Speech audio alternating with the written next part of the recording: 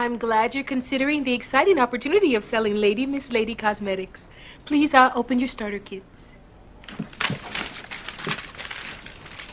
Okay. Now that the seals have been broken, you each owe me $50. Pierce, you can't sneak up on me like that. When I'm startled, my training takes over. Hello! Oh! Hey, welcome back to Another Look. I'm here with the infamous Yvette Nicole Brown. Can I say infamous? I don't know. That's kind of negative. I don't know. Infamous. Well, okay, the legendary.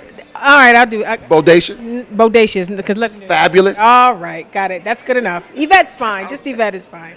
Y'all, Yvette Nicole Brown, you've seen her on so many different shows. Drake and Josh. I always mess that up. You've seen her on Pound Puppies. You've seen her on Boston Legal. You see her now every week on Community on NBC. You've seen her in the movies, on commercial. I remember you was the on the Pine Sol commercial. Now the Comcast commercial.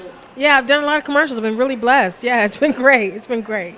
Plus the fact she's a Cleveland native, East Cleveland native, graduated from Warrensville Heights High School. My classmate, we actually were in. Brother, you keep saying I didn't graduate with you. I'm after you. Well, because we were in. We were in the school at the same time, but he's older than me.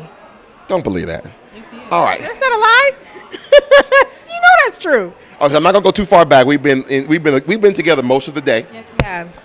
We had a great time today at Warrensville Heights High School talking to some students. We've been talking to the plain dealer, the calling Pose. Yes. It's been a whirlwind day. I think I'm on hour 12 of interviews and pictures, and but it's a blessing. I'm happy to be home, and I was so honored to speak to the kids. So that was the highlight of my day. I know you said that was probably that was the important point, to talk to the kids. You did some great things. We're going to look at some of that footage later, but let's talk about Yvette. And when did you actually catch the acting bug? When did it bite you?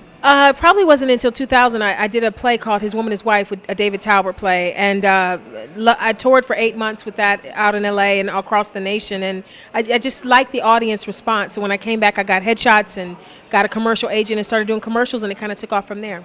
Now, we were in choir, band, drama, student council. I'm not going to say I was in ski club, no. However, back then, did you ever think when we were on stage that would be something you'd be doing now? I mean, I think we all had those dreams, but you're in Ohio, and there's not unless you're doing Karamu, there's not really many outlets. So it was something I dreamed about, but I couldn't see it. But sometimes God has a plan for you that's bigger than what you can see for yourself. So I put it in the God category. So it was something I dreamed of, but I never knew that I'd do it for a living. No. Now, ladies and gentlemen, she is a very talented, multi-talented. I mean, you do it all. I go back to our days growing up in Warrensville. We thought we were fame. We did. We thought we would sing in the hallways, and just annoyed our classmates, I'm sure. No, from after Warrensville Heights High School, you went to the University of Akron. I did. University of Akron. Go Zips. Go Zips. You majored? Mass media communications, journalism. I thought I'd be Oprah Winfrey.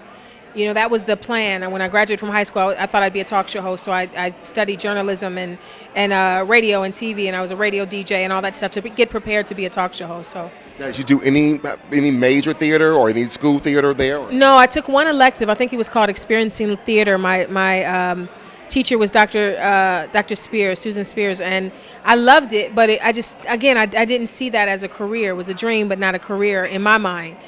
So I just took that one course when I was in college, one acting class. So most of you were just doing radio, television? Yeah, I was just doing journalism stuff, communication stuff. Okay. So now, from after graduation, then we're going to take a commercial break. Well, since you don't have any questions, let's go ahead and sign you up for Fios. Actually, doesn't Fios cost more than Comcast? Yeah?